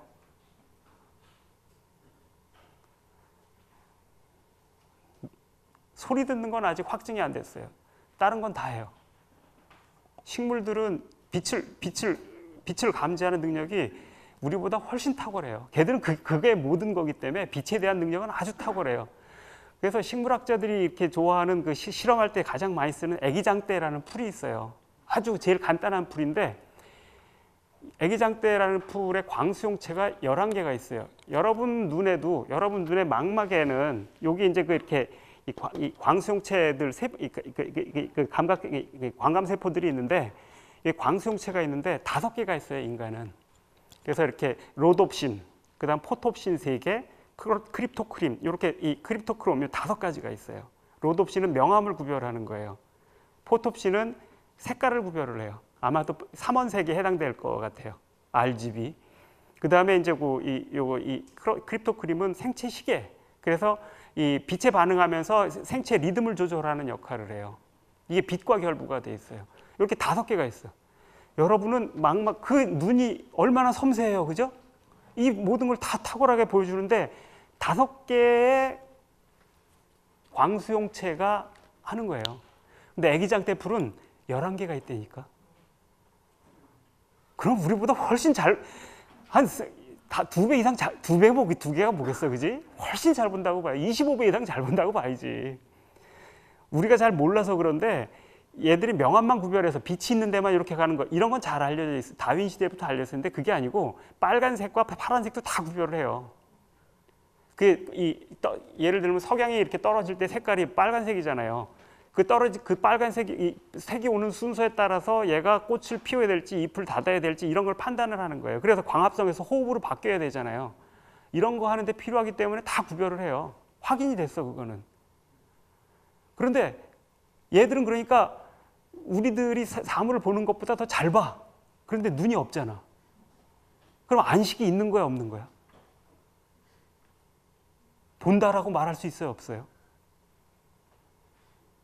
이걸 본다라고 말할 수 없다라고 말하는 건 너무나 동물적인 이런 생각이죠. 다 보는 거예요. 다만 눈 없이 보는 거죠. 눈이 있어야 본다는 생각은 동물들에게만 해당되는 거기 때문에 동물 중심주의적인 생각이에요. 인간 중심주의적인 생각이에요. 눈 없이도 볼 수 있어요. 훨씬 잘 볼 수 있어요. 얘들은 이 냄새를 굉장히 잘 쓰거든요. 이파리를 이렇게 해충들이 와서 이렇게 이 벌레들이 와서 갉아먹기 시작하면은 얘들을 쫓기 위해서 그 메탄기가 섞여 있는 그 가스를 방출을 해요. 그 이파리에서. 그러면은 그 냄새를 맡고 이 나무에 있는 다른 잎들 전체가 다 그 가스를 다 방출을 해요. 그런데 얘 말고 얘는 사실 냄새 맡고 한 건지 그 안에 다른 그 신경으로 무슨 신호를 전달했는지 모르잖아. 옆에 있는 나무들도 같이 그 가스를 방출을 해요. 이거는 냄새 맡고 하는 거라고 볼 수밖에 없어요. 그래서 후각이 있다. 코가 없어, 근데. 코가 없어도 냄새를 맡는다는 거예요. 이런 거기 때문에 사실은 6초 6입 없는 식을 얘기한 것은 굉장히 놀라운 건데 굉장히 중요한 인식이에요. 이거는 인간 중심으로 생각하지 않았을 때만 가능한 거거든요. 진짜 윗바사나 열심히 하면은 안 보이는 미립자들 이 오온들이 터지는 것도 보인다고 어디서 누가 쓴 걸 봤는데 그 관찰력 덕분인지는 모르겠는데 놀랍게도 어쨌든 그래서 사실은 이게 왜 2번 썼지가 아니고 다른 거라는 거예요. 다른 거. 그리고 이제 이 육처 육입이라는 건 기관이라고 그러거든요. 감각기관. 기관이라는 건 영어로 오르간이라고 쓰죠. 이건 이 라틴어 오르가눔에서 나온 건데요. 오르가눔. 이게 무슨 뜻이냐면 원래는 도구란 뜻이에요. 도구. 그래서 기관은 도구란 뜻이에요. 그래서 호흡기관, 뭐 이 운동기관, 그 다음에 뭐 이렇게 뭐 배설기관, 소화기관, 순환기관 이런 게 있을 때 다 도구인데 왜 도구라고 썼냐면은 이 생물학이라는 건 원래 그 19세기에 탄생을 했어요. 바이올로지라는 건 그 이전에는 생물학이 따로 없었어요. 그 자연사라고 하는 것 안에서 같이 다뤘어요. 왜냐하면은 공룡을 다루는 거는 지질학자가 하는 거잖아요. 그렇기 때문에 생명 있는 것만 다루질 않았었거든요. 19세기 들어오면서 서양에서는 생명이라는 게 굉장히 중요하고 특권적인 기관으로 딱 부상되게 돼요. 그리고 모든 걸 이걸 통해서 설명을 하려고 하게 되면서 그래서 분류학도 원래 식물 분류학은 18세기에 린네가 이렇게 만들었기 때문에 그냥 이 중요 드러난 특징들을 보고 이렇게 분류를 했어요. 무꽃, 배추꽃이 뭐가 꽃술이 어떻고 시방이 어떻고 이런 거 위치를 보고서 한다든지 모양을 보고 분류를 했는데 동물 분류학은 그렇게 하지 않아요. 동물 분류학은 19세기에 퀴비에라는 사람이 이렇게 만들었는데 그거는 기관별로 분류를 해요. 그래서 생명을 유지하는데 어떤 기능을 하는가에 따라서 호흡기관, 순환기관, 운동기관, 소화기관 이런 식으로 분류를 한 거예요. 그래서 동물 어류의 아가미하고 여러분들의 허파하고는 모양이나 작용하는 방식이 완전히 다르게 생겼거든요. 그런데도 호흡기관이기 때문에 상동기관이라고 얘기를 하잖아요. 이게 이제 분류하는 방식의 중요한 특징인데 생명이라는 개념 때문에 그렇게 한 거예요. 그래서 생명을 유지하는 데 어떤 기능을 하는 도구, 그게 바로 기관이에요. 그런 점에서 이런 도구들은 사실 오가니즘, 유기체라고 하는 거 전체, 유기체라는 전체를 유지하기 위해서, 유기체의 생명을 유지하기 위해서 이렇게 하는 거예요. 그래서 생명이라고 하는 게 거의 중요한 자리를 갖고 있고 이걸 유지하기 위해서 저런 게 있다라는 것으로 만들어진 거예요. 그래서 유기체라는 개념이 여기 사실은 전제가 이렇게 될 때만 실제로는 지금 생물학적으로 이렇게 해당이 되는 기관이라는 말을 쓸 수가 있어요. 근데 유기체가 된다는 건 뭐냐? 손발 이런 게 따로 노는 게 아니고 하나의 전체로 딱 된다는 말이고 이 결합체 전체가 나라고 여러분들 부르는 게 되는 거잖아요. 이게 나라는 건 생물학적으로 유기체라는 개념하고 결부가 돼 있어요. 그래서 개인이라는 말이 그거거든요. 원래 인디비주얼이라는 말을 개인이라고 번역하는데 인디비주얼, 디비주얼하지 않은 이란 뜻이지요. 더 이상 디바이드 할 수 없는, 더 이상 나눌 수 없는 이란 뜻이에요. 그건 사실은 엄격하게 적용하면 원자 같은 거에 써야 될 것 같은데 이거는 개인, 개체, 유기체를 뜻하는 데서 사용이 돼서 지금도 개인이라고 번역하잖아요. 인디비주얼리즘, 개인주의 이렇게 번역하잖아요. 왜 인디비주얼인가 개인이?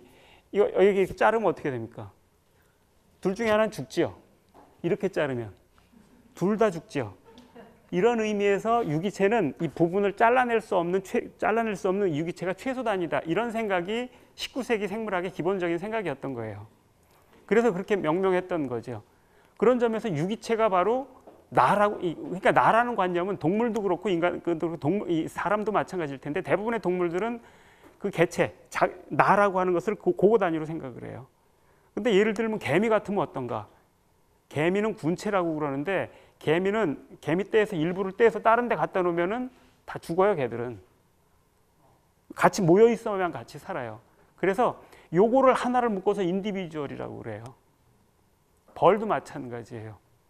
그래서 여왕개미는 그 생식기관에 해당되고 우리로 치면은 일개미는 그 이렇게 운동기관, 그다음에 병정개미는 면역기관 이런 데 해당된다는 식으로 얘기를 하는 게 그런 이유에서 그렇거든요. 근데 거기는 이렇게 막 자유롭게 퍼졌다 모였다는 이런 종류의 인디비주얼인 거죠. 그때 개미 한 마리 한 마리 인디비주얼이 아니에요.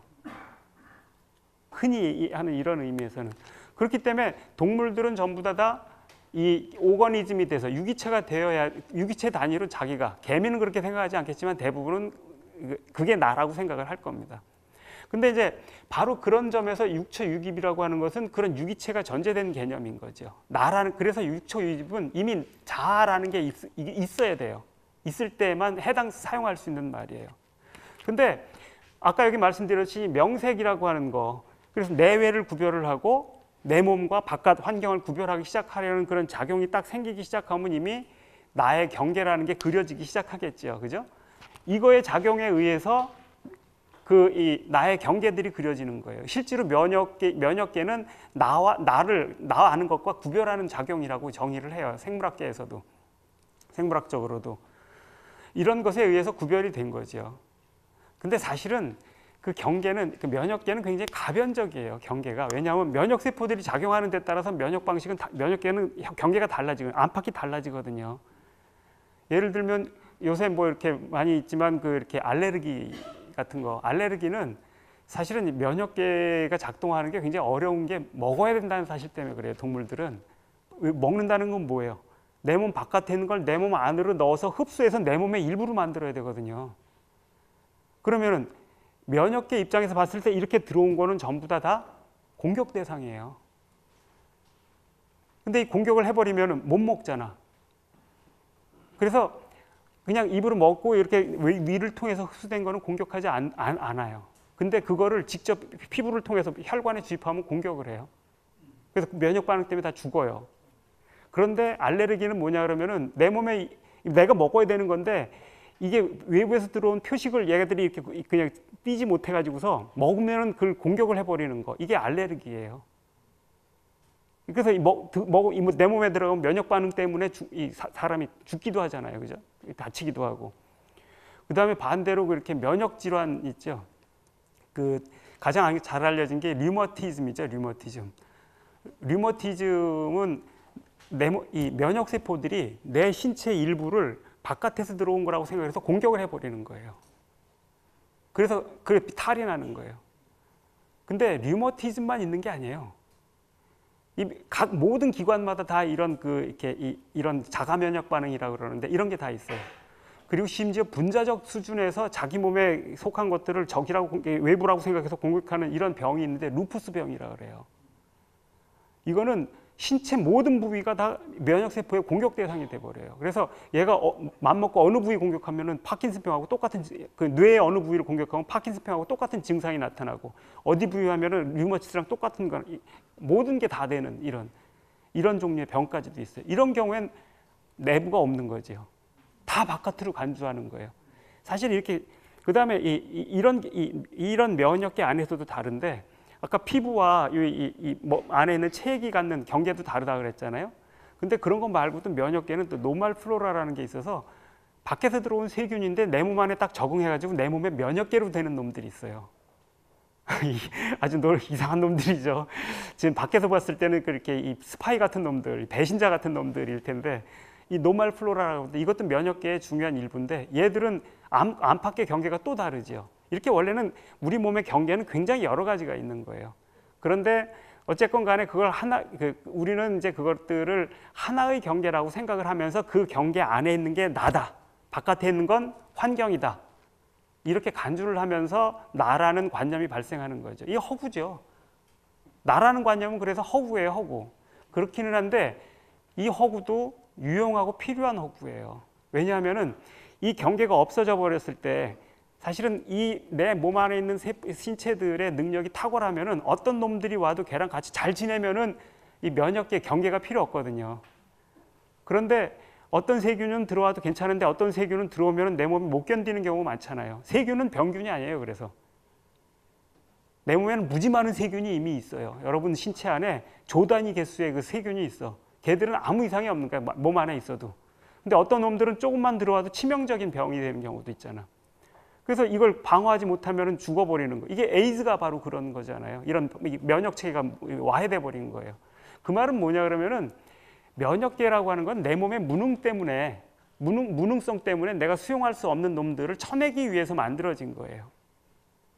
즉 내 몸이 내 면역 능력이 크다라고 하는 건 뭔가 내가 수용할 수 있는 그 여러 가지 세균들이나 외부들의 폭이 큰 거예요. 면역력이 작다라고 하는 건 뭔가 내가 감당할 수 있는 세균들이 적은 거야. 사실은 몸이 여러분들 약할 때 보면은 없던 병도 생기잖아요.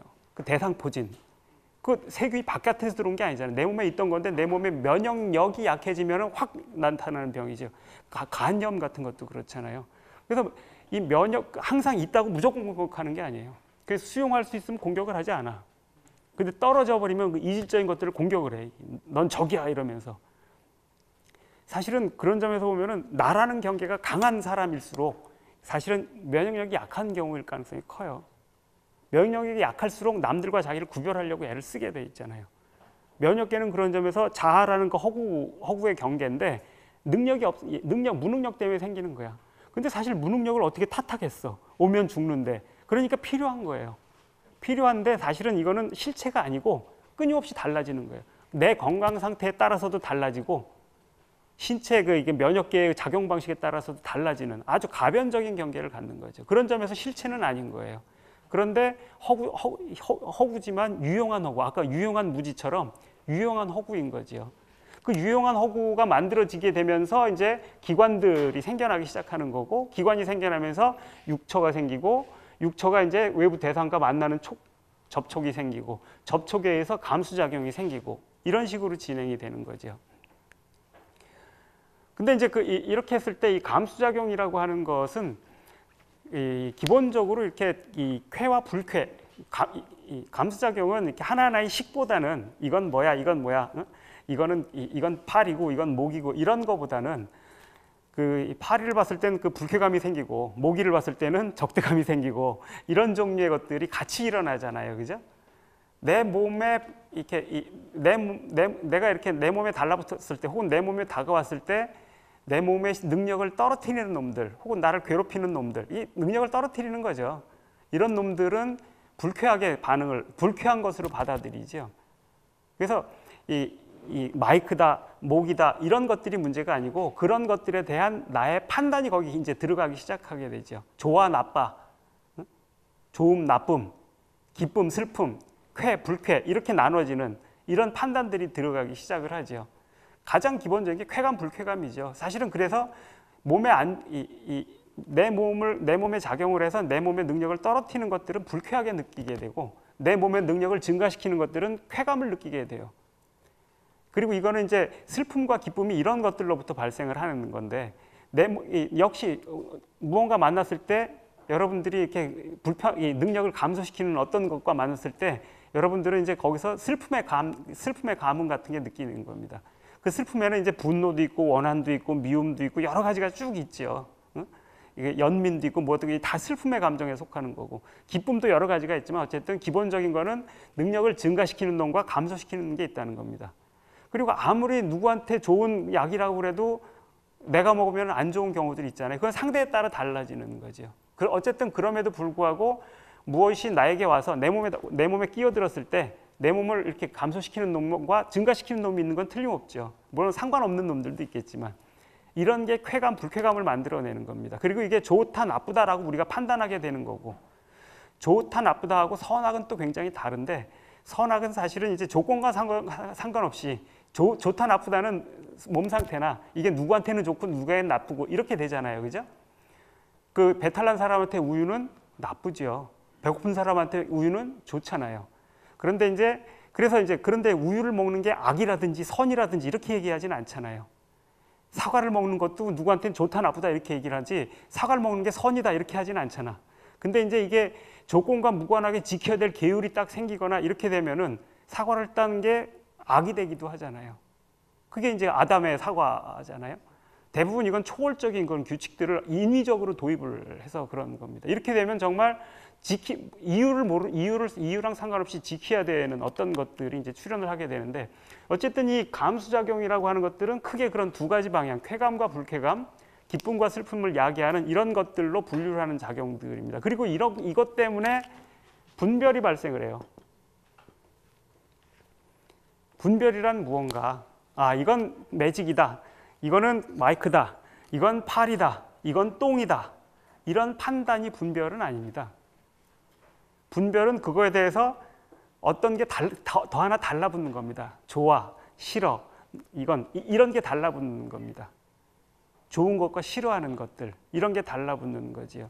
그래서 이렇게 이 분별을 떠나면은 그러니까 지극한 도란 그 조주 선사가 이렇게 자주 인용하는 증도가 이렇게 신신명에 나온 문장인가요? 그 있잖아요. 그 이렇게 이 지도문안 유혐간택, 단막증의 통연명백. 그러니까 지극한 도는 어렵지 않으니 그 이 가를 선택하는 것을 안 하면 된다. 그래서 그런데 이제 가를 선택하는 게 뭔가 그 뒤에 나오는 말이죠. 애증을 떠나면 사태가 통연명백하다. 이렇게 되는 건데 그 예전에 그렇게 심리학자들이 실험을 했다고 합니다. 똥과 정확하게 정말로 똥의 모양으로 정확하게 초콜릿을 만든 겁니다. 그리고 사람들한테 먹으라고 나눠준 건데 여러분 드시겠어요? 드실 수 있을 것 같습니까? 어떻습니까? 그때 왔던 사람들은 대부분 어른들은 못 먹었대요. 근데 어린애들은 다 먹더래요. 어떤 차이가 있는가? 어린애들 보면 똥이 더러운 줄 모르고 갖고 놀고 그러잖아요. 애기들 보시면. 아직은 이게 더럽다 뭐하다 좋다 나쁘다 이런 분별심이 안 생긴 겁니다. 그리고 이제 이게 똥이라는 걸 알아서 그렇게 갖고 놀지 않는 수준에서도 똥은 불쾌라는 느낌, 똥은 더러운 것이야 이런 생각이 아직은 없을 때는 초콜릿이네 하고 덤벼드는 겁니다. 여러분들은 딱 봤을 때 똥이잖아. 초콜릿인 걸 다 알려줬는데도 똥이잖아. 손대기 찝찝한 거죠. 이게 이제 분별심의 작용이에요. 근데 이 분별심의 작용이 왜 문제인가? 실상에 다가갈 수 없게 만드는 거예요. 더러운 거니까 라고 해버리니까. 이거는 이렇게 징그러운 거니까. 이렇게 생각을 해보면은 이 징그러운 거 싫어하는 사람들은 이제 뭐 이렇게 이 장어나 미꾸라지나 이런 거 들어간 것들, 이렇게 되지 않습니까? 실제로 좋아하시는 분들은 그게 얼마나 맛있는 건데 이렇게 말씀하실 텐데 예를 들면은 고수 좋아하시나요? 고수? 한국 사람들 고수 잘 안 드시잖아. 중국에 가면 중국이나 베트남 가면 다 고수 뿌려놓는다고. 대부분 사람들이 못 먹어요. 어떻게 이걸 먹어 이러는데 그 사람들은 맛있어서 먹는 거거든요. 그런데 난 고수 싫어. 어떻게 이걸 음식에 이런 걸로 이런 생각이 있으면은 손을 내밀 수도 없고 먹어도 맛없다는 판단을 하게 돼 있어요. 그러면 사실은 그 사람들은 맛있어서 먹는 건데 그 맛을 알 수가 없다라는 거예요. 분별이 있으면은 그 맛에 다가갈 수가 없어요. 이게 이제 그 유용한 무지였던 것이 이제 유용성을 넘어가지고 아주 이렇게 이렇게 삶을 이렇게 제약하는 무지로 오류로 바뀌게 되는 겁니다. 실상을 못 보게 만드는 게 실제 삶에서 문제가 되게 만드는 거지. 이렇게 되면 이제 무지가 두 번째 단계로 넘어가게 됩니다. 식과 더불어서 발생했던 무지는 그 유용하고 필연적인 무지지만 유용하고 필요한 무지였어요. 생명체가 살아가는데 피할 수 없는 거예요, 그거는. 그런데 이제 분별이 더해지면서 맛보기도 전에 이렇게 돼버리고 듣기도 전에 시끄러워 이렇게 해버리기 시작했을 때 이렇게 됐을 때는 사실은 이제는 오류, 사태를 정확하게 못 보는 오류가 돼버리기 시작하는 거죠. 이게 무지의 두 번째 단계라고 얘기를 했습니다. 무지도 똑같지 않아요. 그런 점에서는. 우리가 흔히 무지라고 얘기를 하거나 이럴 때도 이런 거에 훨씬 더 이게 가까이 있는 것이겠지만 어쨌든 이제 다음 단계로 넘어가게 되는 겁니다. 그런데 사실은 이것도 그 근저에는 몸에 좋은 것과 나쁜 것, 능력을 증가시키는 것과 감소시키는 것 이런 작용 때문에 발생한 거기 때문에 그 수준에서는 유용한 무지였던 겁니다. 그런데 그것을 확인해보거나 정확하게 보려고 하지 않으면서 애증의 판단, 호호의 판단을 덧붙여버리기 시작할 때 이제 식이라고 하는 게 내 신체로부터 떨어진 어떤 것이 되어서 나를 지배하기 시작을 하게 됩니다. 이게 이제 무지의 두 번째 단계로 넘어가는 거죠. 그래서 이제 그 뒤에 애취가 나오죠. 애는 뭐 증과 나란히 따라다니는 거겠죠. 그래서 이거 좋아라고 이렇게 덤벼들게 되는 겁니다. 사실은 이때 이제 이렇게 아까 말씀드린 이 지식이 나로부터 떨어지기 시작할 때 그 삼독이라고 부를 때 그 중에 이제 하나의 이렇게 치심이 발생을 하는 거라고 볼 수 있을 텐데 그 다음에 이제 이렇게 이거와 짝을 이루는 거지만 일단 여기는 알아보지 못하는 무지가 발생을 한 건데 치심이 발생을 한 건데 이제 온 것에 대해서 이건 내가 전에 먹었더니 나한테 좋았어 그러면서 무조건 보면 먹으려고 한다든지 이건 무조건 하려고 한다든지 이런 게 이제 애착이지요. 반대로 이제 그것들을 계속 멀리 하려고 그러는 거 이런 것들이 이제 그러니까 이 애착이라고 하는 게 이제 탐심이라고 하는 것일 거고 이 반대에 있는 것이 진심. 탐심은 어떤 대상을 내 옆으로 최대한 끌어들이려고 하는 거고 진심은 최대한 멀리 하려고 하는 거죠. 멀어지지 않으면 부수거나 때리거나 부수려고 하게 되는 이런 종류의 감정 반응들일 텐데, 그런 그 반응의 양상들이 증폭되는 작용, 그게 감정인데, 어쨌든 애취는 이제 그런 감정들이 작용을 하면서 대상과의 관계를 굉장히 증폭시키게 됩니다. 강화시키게 됩니다. 그리고 그런 애착이라고 하는 게 이제 뭐 이렇게 취착을 낳고, 취착이라고 하는 것은 뭐 여러 가지 그 대상들에 대해서 이렇게 대상을 가지려고 하는 이런 마음일 텐데, 여기에도 이제 여러 가지 단계가 있죠. 이렇게 뭐 이렇게 이 정착, 고착, 집착 뭐 이런 것들 여러 가지 단계라기보다는 여러 가지 다른 개념들이 있을 텐데, 뭐 정착이라고 하는 것들은 어떤 대상들을 안정적으로 얻기 위해서 이제 그렇게 어디에 이렇게 뿌리내리고 이제 멈춰 버리는 거죠. 사실 이렇게 되면은 움직이지 않게 되고 실상으로부터 점점 멀어지게 됩니다. 그렇기 때문에 이제 그리고 이제 그 내가 정착한 그것을 나의 것이라고 하는 아소상 이런 것들이 이제 발생을 하게 되지요. 그리고 이제 고착 같은 경우에는 이게 이 유기체 이하의 수준에서 정신분석학에서 얘기하는 거잖아요, 그죠?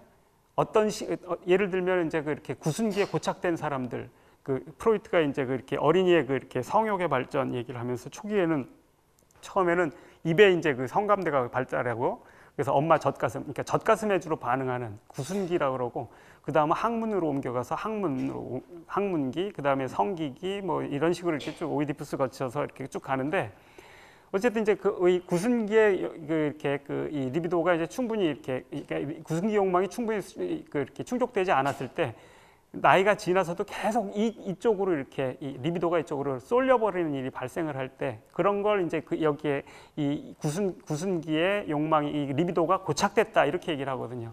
이거는 유기체 이하의 수준에서도 그런 고착이 발생하는 거, 취착이 발생한다라는 걸 뜻하는 거죠. 이렇게 되면 이거는 병적인 증상을 야기할 수 있습니다. 뭐 항상 병이 되는 것은 아니지만 증상을 야기할 수 있는데, 집착은 대부분의 경우에는 병적인 증상 그 자체죠. 뭐 스토커가 이제 잘 보여주는 것이기도 한데, 이제 내 거다라고 생각하는, 내 것이 아닌 것을 내 거다라고 하면서 억지로 우겨서 가지려고 하는 이런 종류의 그 애착, 이런 게 이제 이렇게 집착이지요. 이런 다양한 종류의 착, 이런 것들이 이제 취착이고, 뭐 하여튼 뭐 이러면서 이제 이렇게 쭉 이 취착이지요. 그리고 그 다음에 이제 그 취가 있음이라는 것을 만들어내고, 있음이 생을 만들고, 생이 노사를 만든다. 이게 이제 이렇게 12연기의 이렇게 완결이지요. 근데 여기서도 가지려고 하니까, 그런데 사실은 무상한 것은 가질 수가 없지 않습니까? 가져봐야 떠나버리는 것이고, 가져봐야 망가져버리고 썩어버리는 것이고 사라져버리는 것일 텐데, 가지려고 하는 마음은 사실 그렇게 되면은 사라지는 것들, 그렇게 되면 가질 수가 없게 되니까 거꾸로 뒤집어서 이것들은 존재하는 것이고 계속 있을 거야, 지속할 거야라고 하는 그런 그 망상을 만들어내게 되죠. 이런 게 이제 그 전도망상이라고 하는 거죠. 뒤집힌 생각들을 만들어내서 유라는 관념을 만들어내죠. 그 다음에 유에서 생이 나온다라고 이렇게 돼 있는데, 이건 사실은 이렇게 철학적으로 대단히 이렇게 중요한 이렇게 이 화살표인데요. 이 세상이 이렇게 끊임없이 생멸하고 변화하는 것이다라고 했을 때, 사실 존재하는 것은 생성밖에 없는 겁니다. 생성, 변화, 생멸밖에 없는 겁니다. 생멸이란 무언가, 생성이란 무언가, 있던 것들이 없어지고 없던 것들이 생기는 거죠. 이런 것들이 어떤 상태, 즉 탄생과 죽음이 공존하는 상태인 겁니다. 그런 점에서 보면 죽음이라는 것조차도 사실은 생성의 일부인 겁니다. 탄생도 일부고 죽음도 일부인 것이고, 이게 공존하는 게 생성인 겁니다.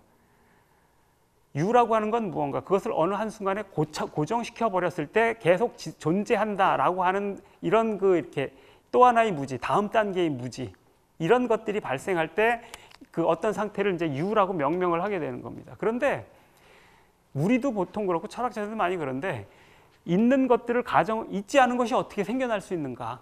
생겨난 것은 전부 있는 것이다 라고 하는 생각에서 있는 것이 생겨나고 있는 것이 멸한다 라고 하는 생각을 하게 되는 거죠. 이게 유와 생을 뒤집어 버리게 되는 겁니다. 실제로는 생이 있고, 생 있는 것들의 일부만을 딱 이렇게 고정시켜 버렸을 때 유라는 허구적인 관념이 발생하는 건데, 이렇게 생각을 하지 않은 거예요. 유를 실체화하면서 이 생이라고 하는 것들은 그 다음으로 이렇게 배열을 해버리고, 그런 생멸이 작동해서 노사, 늙어 죽는다라고 하는 이런 것으로 이렇게 가게 된다는 거지요.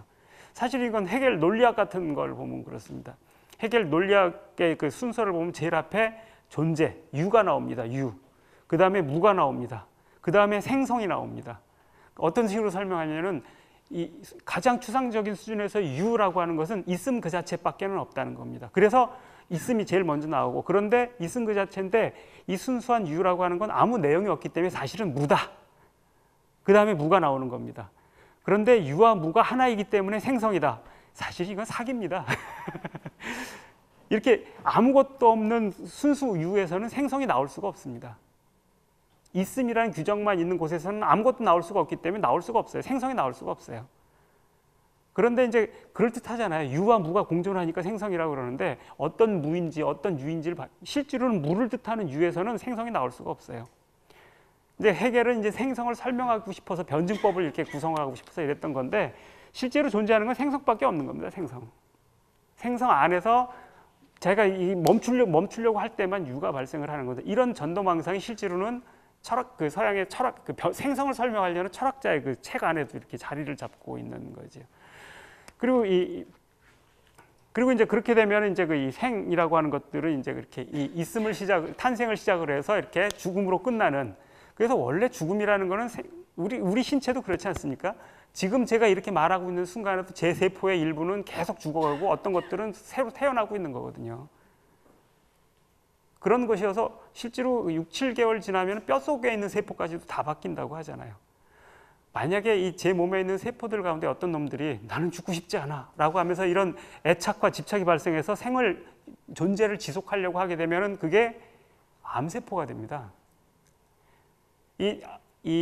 우리 몸의 다세포동물인데 이게 때가 된 것들은 죽어줘야 돼요. 그래서 자살 스위치를 켜요. 미토콘드리아의 유전자에 있는데 거기서 이렇게 틱 자살 스위치를 올려주면 이제 걔가 죽는 거예요.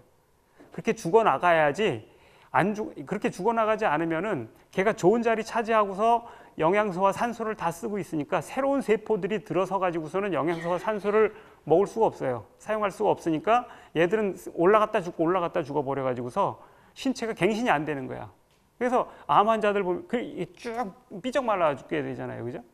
이게 그런데 한 놈이 딱 이렇게 시작하면은 그 옆에 있는 놈도 위협을 느끼니까 나도 이러면서 암세포가 쭉 증식되어 가는 겁니다.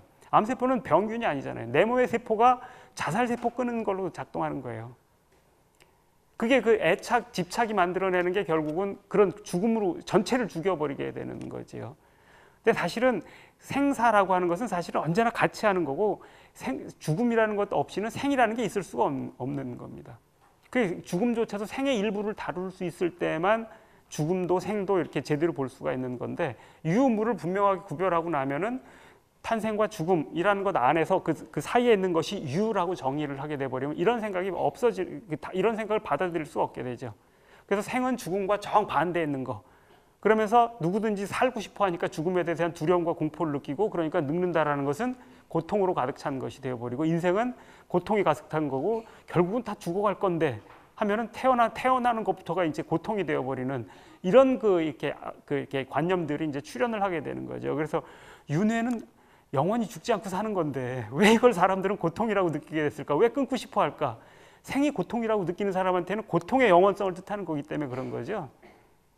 근데 사실은 이런 관념 때문에 발생을 한 거죠. 그러니까 이런 관념이 싹 사라져버리면 윤회가 곧 해탈이다라고 하는 얘기로 갈 수가 있는 거지요. 뭐 따로 깨달을 것도 없고, 그 다음에 이렇게 사는 생 자체가 이렇게, 사실은 이런 관점에서 본다 그러면은 여러분들이 저하고 만날 확률이라는 건 지구 전체의 생명체들을 놓고 비교하면은 거의 0에 가까운데 만난 거거든. 얼마나 행운이에요. 그 다음에 헤어진다라고 하는 것은 이 사람이 헤어져야만 딴 사람이 또 올 거 아니야. 그거 얼마나 고마운 일이에요. 떠나주는데. 이렇게 되면 오는 것 오는 대로, 가는 건 가는 대로 긍정할, 이게 여여하게 긍정한다는 말 아닌가요? 있는 그대로 긍정하는 거. 이렇게 될 수 있는 건데, 이게 이제 취착이 발생을 하면은 가지마, 오지마 이렇게 돼버리는 거가 되고, 이게 이제 고통으로 가득 찬 생이 되는 거죠. 똑같은 생을 살면서 사실은 겉으로 보기엔 다 비슷한 거죠. 근데 이제 아주 행복하게 사는 거, 아주 힘들게 사는 사람의 차이가 이제 거기서 나타나는 거 아니겠습니까? 뭐 이런 식으로 뭐 모르겠습니다. 제 식으로 너무 두들겨 맞춘 것이 아닌가 싶기는 한데 어쨌든 제가 공부한 그 이렇게 이 자연과학이나 문화 등등 이런 것들하고 철학적인 개념들 이런 것들을 가지고 이렇게 생각을 하면은 12연기는 이런 식으로 해석되는 게 어떠한가라고 이렇게 저는 생각을 합니다. 일단 제 얘기는 여기까지 하겠습니다. 감사합니다.